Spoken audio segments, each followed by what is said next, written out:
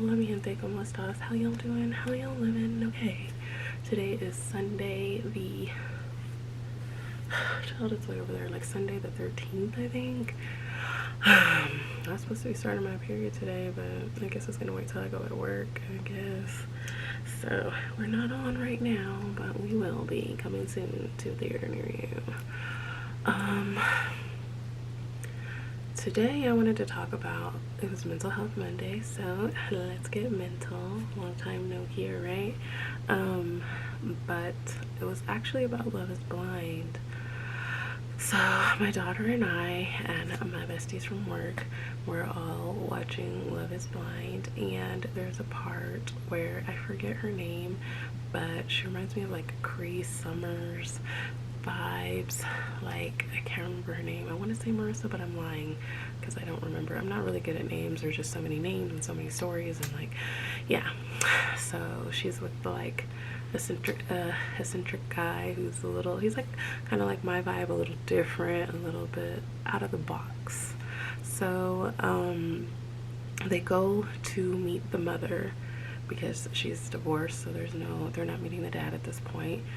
And they're sitting around the table, and she was talking about how poor they were. Like, I get it, single mom, okay? We don't have to go into it. It's a tale as old as time. So she's talking about like all the stuff that they had, all the struggles they had after the divorce, this, that, and the third, which I'm gonna be a little bit of a devil's advocate here. It could be the duality of me being a Gemini, but I do go back and forth with these things. But she's talking about her struggles, but then she goes to her daughter, and with so much hate and like so much anger, she's like, yeah, she's a bitch, but she says it like so mean. No one at that table had a reaction. I don't even think her fiance did. I think everybody was just there, and they're like, whatever. Then shortly thereafter, she's like, I'm gonna excuse myself and go to the restroom, because they have to so they can grill the fiance or whatever. And so she goes and excuses herself to go to the restroom, and before she goes to the restroom, the mom is like giving a kiss, you know, and I was just like, oh my god, when I'm looking at it, like, what the fuck just happened? But at the same time, it triggered me because that was like my childhood, just being called a bitch and a hoe and all kinds of names constantly over and over again. So I'm so desensitized to the word that it doesn't bother me when people say it to me, because I just hear it and it's like saying air or water. It sounds the same. But when I saw her go through something I went through, it just hurt my heart for her. Whereas I know, like, I'd be feeling the same way about myself, but looking at somebody else go through something that was very much a prominent part of my childhood was just disheartening, right?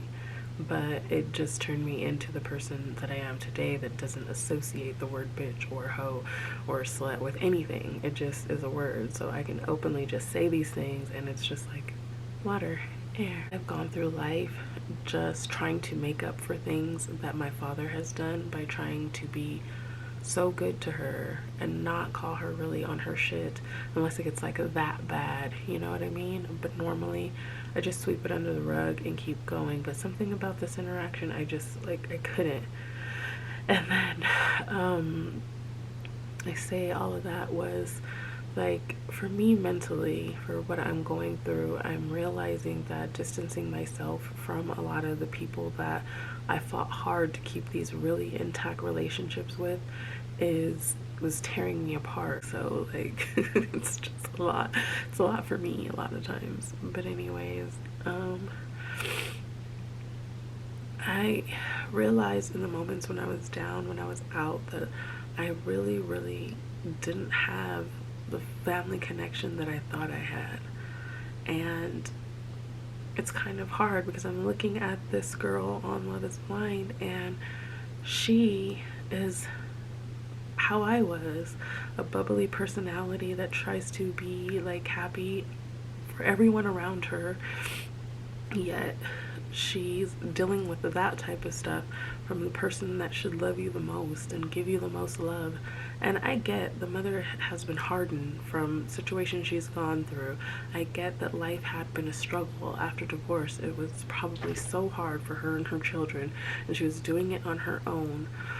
And I get that, she may tie that to the children. She's very, very negative about love. And even though I went through all that I went through, I'm like so romantic at heart. Like, I do believe in love. I just don't know that I see it for me. Like, I don't know that it's there for me. Like, do I see what everyone considers a happy ending for me? I don't know. I have to let go of a lot of trust issues, but they stem so far back into my life. It's way beyond my ex. It's starting from my mother, And so those issues that I have are so far back. The healing that needs, I need probably the most gentle soul when it comes to facilitating healing, but also like it's just a balance game for me. I have so many parts of my life that I prefer like more assertiveness in, and then some parts where it needs the delicateness. And that mother was so down on love. I guess she may have not have found love after the divorce. She divorced in her 30s, I think, and she may have not found love after that. She sounded like, well, she came in kind of rough, rugged, and raw, but I get that she has like this hardened heart because that divorce probably took so much out of her. But the way she treats her kids, like, it just reminded me of my mom. It's like probably her kids remind her of her ex, and that's how my mom was. Like, I felt the same way I felt about my ex, like he hated me, is how I felt about my mother for years. I felt like she hated me, she hated my guts, she hated my existence because everything I did or anything I said reminded her of the fact that she created life with someone else, which was not my fault. Okay, it was not my fault. I have moments where my kids do remind me of my ex, but I would never ever treat them the way that my mom did because of it. It was just such a hard thing to live with and to have siblings, and they were treated so much differently than me. And I kind of like hated bringing that up, but she like and my sister are tight. They're cut from the same evil ass cloth. And my baby sister and I were kind of like the outsiders of the family, and then there was my sister who was like the apple of her eye, right? So she never ever talked. She talked behind my sister's back and said things, but she never said it in her face the way she said it to me, and with such hate. And I felt every ounce of what she felt, and then it would just, she brushed it off, and that's what I had to do. And like I told Kimana, it's like water off a duck's back. People say things and then it's just like whatever, and she's heard it so much that she probably had desensitized the word like so much, because the way her mom said it, you can tell that wasn't her first time saying that. You can tell that that was something that was happening so regularly, and she was so comfortable in front of somebody she didn't know saying things like that. How do you come on national television meeting her fiance and feel so comfortable calling your daughter a bitch and think that people are just going to take it the way your family takes it? No, like that was a dagger in my heart. Like, honestly, I wanted to hug her and reach out to her, because who knows if she went in that bathroom and felt anything, or if she's just so desensitized to it that it's nothing. You don't know how she feels hearing it, but she didn't have a reaction to it. Like, oh, that's mom being mom, And a beautiful moment with a photo album just changed in a second. Like, what in the world? Okay, maybe she took after you. Maybe she's not the happiest around you because of your energy. Like, you do have to take those things into consideration, because you do contribute to that. Like, people don't understand how much their energy contributes to how people respond to them.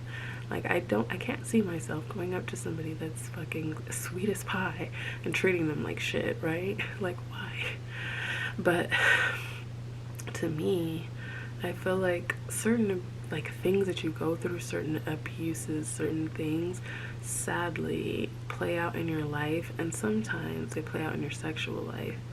Because I know a lot of things that maybe I enjoy sexually are tied to trauma, oddly enough to say, and it sounds weird, but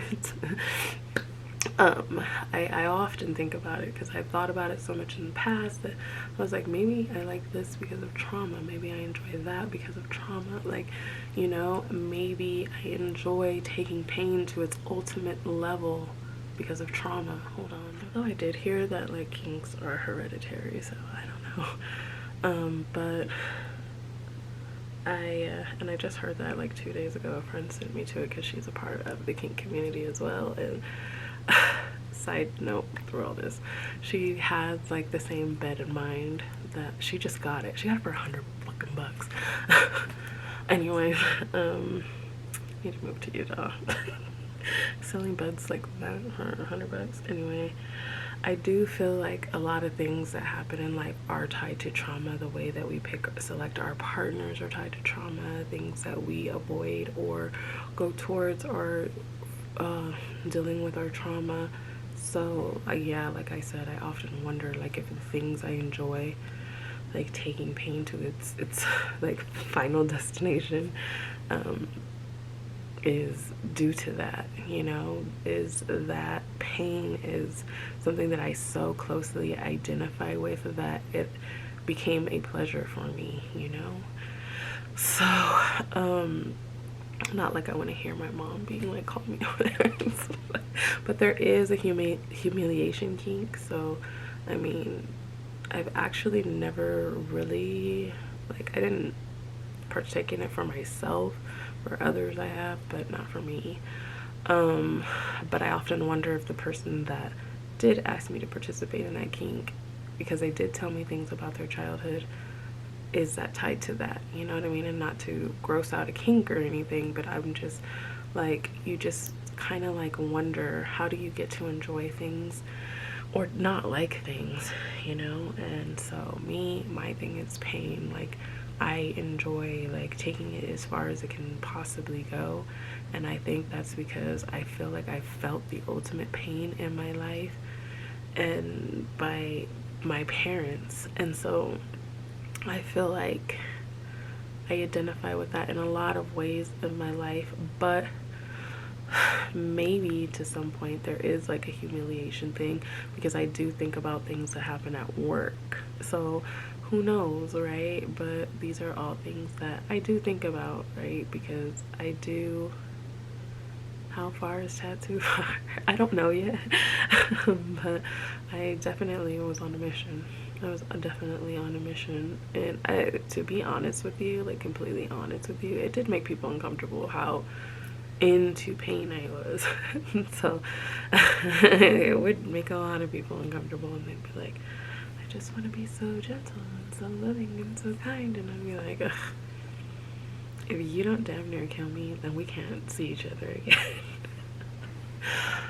But yeah, I think before I used to avoid a lot of things in my life that did cause me pain, and then I learned to embrace it, and then that's where all of this was born from, because I just feel like there were so many things that were causing me pain in life that I had no choice but to embrace the pain and turn it into a positive, because it was something that I dealt with on a regular basis, and it gets so much deeper than that, but a lot of that stuff I just don't feel like it's comfortable for like YouTube friendly, and so I don't want to go any further than what I'm saying. But yeah, I just feel like on a level, like I did, like my daughter, she did a video on like, you know, her generation going no contact with the parents, which big huge move. It's a huge move, and like I've always said, I do advocate for autonomy when it comes to relatives. I'm not the forceful parent It's like, you need to deal with so and so. If they treat you bad, if they make you uncomfortable, no. I've always been this way. I just don't feel like it's comfortable for, you know, the child. And I understand going no contact with parents, and I never really thought I would get to the point where I would just feel like comfortable not talking to my mom, because we would talk 2-3 times a week. Like, there wasn't a time that after work I wasn't really on FaceTime with my mom. I was always on the phone with her. Then it got to the point where I went 2 weeks, and then 3 weeks, and then 4 weeks without even talking to her. And sadly enough, it wasn't bothering me. I was completely fine in my everyday life not speaking to her, just because she's also allowing this time to pass. And I'm like, well, in my head, I'm just like, I'm tired of facilitating a relationship that I'm chasing you. This is something that I was doing in my marriage, and I'm like, I don't want to chase anybody anymore. I don't want to go through having to chase anybody that says that they love me at all. Either you love me and you also feed into the relationship, or you don't love me, and that's okay too. Like, if you don't fuck with me at all. Say fuck you and keep it moving, because I would rather you be truthful than have me going around like, we love each other. I love you, you love me. And how did Barney's song go? Because I only remember like the other one that wasn't probably so friendly. But I can't think of it. I love you, you love me. Anyways, there's a great big hug. Yeah, anyways, either we love each other and we're both feeding and watering this plant to keep it together, or but I can't do the one-sided watering anymore. Like, it's crazy to keep on doing that, and the weeds out here grow with my neglect, so I'm fine, fuck it. But yeah, I don't want to do the chasing anymore. I don't want to go after somebody to the point of like they're not even trying, and I don't feel like that's fair to me. I don't feel like that is something that I want, because why would I want to deal with something like that, you know, in life? I feel like you reciprocate, you know what I mean? I give, you give. It may not be the same type of giving, but we're both giving, and I don't see the point in chasing anybody for anything anymore. And the sadder point being my mom. You know, I was listening to my cousin, and she was like, yeah, my mom calls me like every day. I don't even know what that's like. Like, she can go weeks and weeks and weeks without talking to me. They can go weeks and weeks and weeks without talking to me. If I don't call them, they don't think about me until probably about the month mark, and then they're like, oh shit, I haven't talked to her.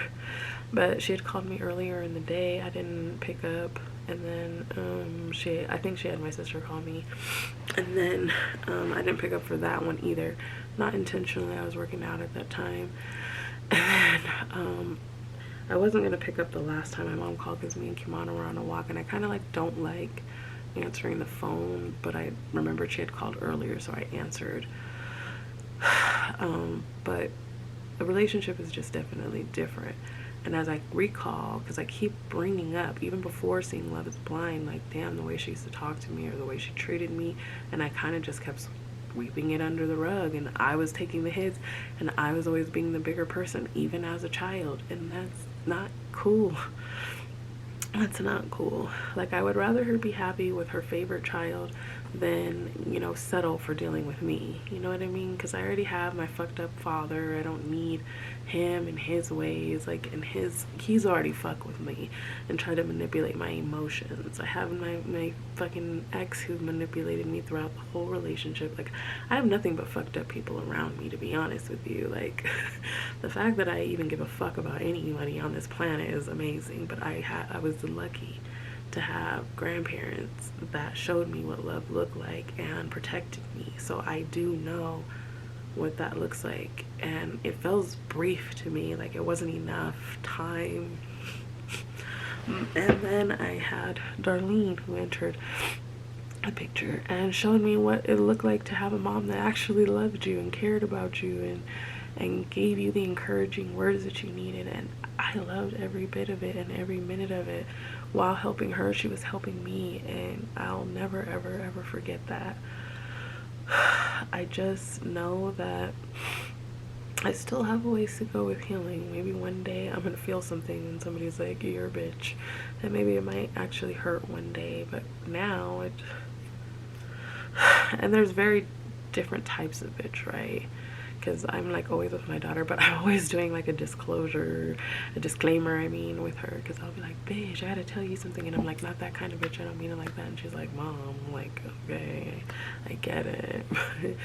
I just don't ever want her to feel like I'm giving her what, you know, the woman from Love is Blind experience, or what I experienced growing up. I don't want her to ever feel that type of bitch come out of my mouth ever. It's just a part of my vocabulary, and just because I say it with no emotion, it doesn't hold any weight to me, doesn't mean that it doesn't hold weight to her. And so I always want her to know, like, if I'm saying it, I'm not saying it like not in that way, not in that way, even though she's like, but I just feel like it's important to note that it's not in that way, just so that she knows and she can remember after I said it, I did say it's not in that way, even though in context she knows. It's like, oh, you got hot tea to tell me, just tell me, not make it like, okay, we don't have to go through like trauma every time you say bitch.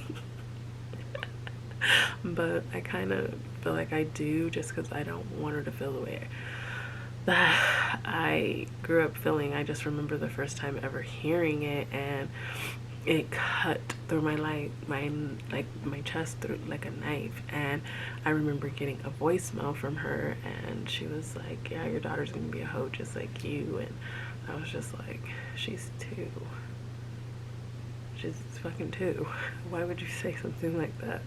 And even if she did grow up to be a hoe, she's my daughter, and I fuck with her, and I'm sex positive anyways. And, you know, my mom got around a lot, so it's not like, you know, she was sitting up here being a virgin, acting like I'm the hoe. I actually had slept with way less people than her in my life by the time I was married. It's just after shit, you know. She was for everybody. She for everybody. Remember when Juicy J used to be about that? You know what I'm saying? These hoes, they for everybody. Now he's like on some grown-up shit. I love that for you, Juicy J. I love you growing up. I love you maturing. I love you shouting out to your family, your wife. Like, I love all that good stuff. But it's always gonna be for everybody. But I have both versions. Okay, I love that album. It's like a really jazz, like it's really deep too. It makes me cry. But one doesn't, right? I say all that to say this. Something I told my bestie Rachel is, we no longer have to let people control our narratives in our life. We don't have to give the power away from what people made us feel like in the past, and we now define who we are as a person. So all the bitches and the hoes, I mean, I redefined all that stuff for myself, but I just want everybody to feel empowered to release those things and not feel that way anymore. If you've heard, felt, went through anything in your life where you feel like it's still within you and it's still a part of who you are, and you feel like it's a part of your narrative, it is a part of your story. It is a part of your story, but don't let that define who you are as a person today. All the things that happened to you in your past do not have to carry over with you today. Am I still going to be into my kings? Probably yes. But that's because I enjoy it.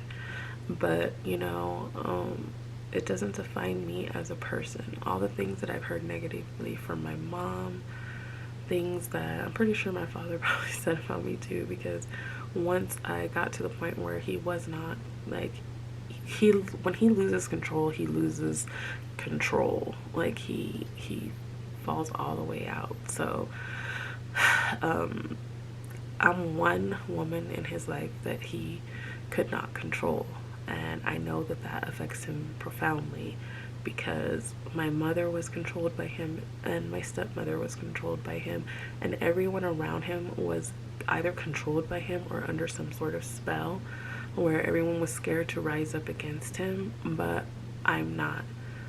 I don't want to continue my life in fear on behalf of women who suffered under his reign or anything. He's not in my life by my choice, not by his. And I don't feel the need to continue explaining to people that hold no value in my life why they don't hold that place in my life anymore. I don't want anybody to control any narrative about me other than myself. Because one thing I did learn, hundreds of people since I've worked this job, hundreds of people have said nothing but positive things. There are the occasional like A1 customers and people that I speak to that'll give you that good lashing that'll say like, I forgot what he said, but I loved it. Oh, have a good day and shove a dick up your ass. Now, he didn't know that I enjoyed dick shoved up my ass, so he didn't know that he was actually wishing me really a good day, right? But he thought he was hurting my feelings. But like I said, it's really hard to penetrate through the wall that I had because, like I said, very trusted people in my life had let me down in a way that I don't feel like anyone could let me down. So I just feel like if my mom or the person I had chose to marry, even though I didn't want to get fucking married,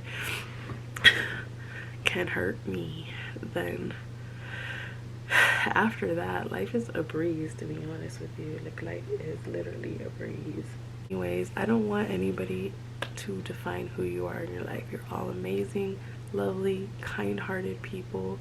Don't let anyone, I don't care how close you feel that they are to you, define who you are as a person. And you don't have to keep those people in your life. You determine who deserves to be in your inner circle. Oh my god, oh my god. You get to choose who's a part of your village, who's in your inner circle. And if there's people that are bringing you down, that are not elevating you in a way and making you feel good about yourself, then you don't need them in your village, because what are they truly contributing to you? I want you to know that there are people around you that love and care for you and think you're an amazing person, but there's also people that will prey on your downfall. And it is up to you to determine who you want to keep in your life and who you don't. I respect my daughter's generation because they're like really trying to break generational curses, and I think it's amazing because I was fully in the process of doing that. And doing Mental Health Monday honestly helps me through my life and my processes. It helps me talk out things that I still need to work on and I still need to heal. So that's why I have to bring it back for myself. It helps me facilitate the healing I need to do, because there's just a lot of things I've noticed lately that I'm bringing up and I'm like, I need to work on this. I need to fix this because it's still there. It's still in the back of my mind. It's still nagging me somewhere. So, yeah.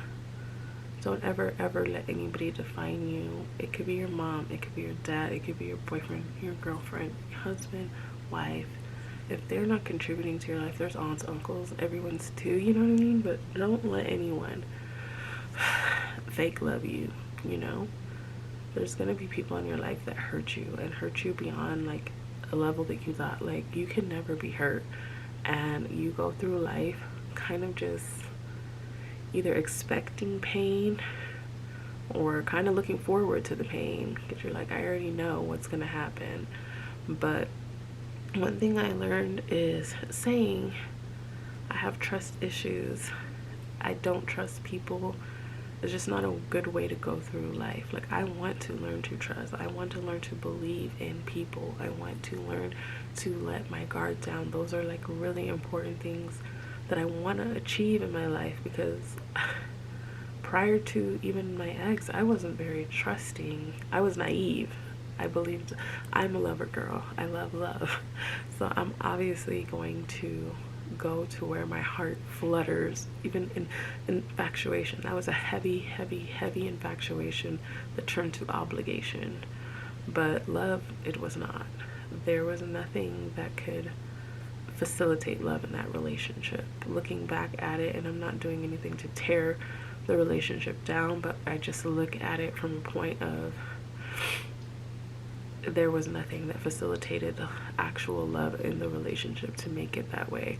If it was love, it was very one-sided, but I just don't feel like, how could I be in love with somebody that treated me that way, you know what I mean? So either I'm a sick fuck, which I kind of am, or it just wasn't ever love. But it is what it is. You could be married and find out things about yourself, and it's fine. It's totally fine. And I'm always a glutton for punishment because unfortunately I still have a lot of care for people I shouldn't. And my daughter and son often remind me, like, how could you just like not hate somebody that did things that they did to you? And I'm like, I don't fucking know. I literally don't fucking know.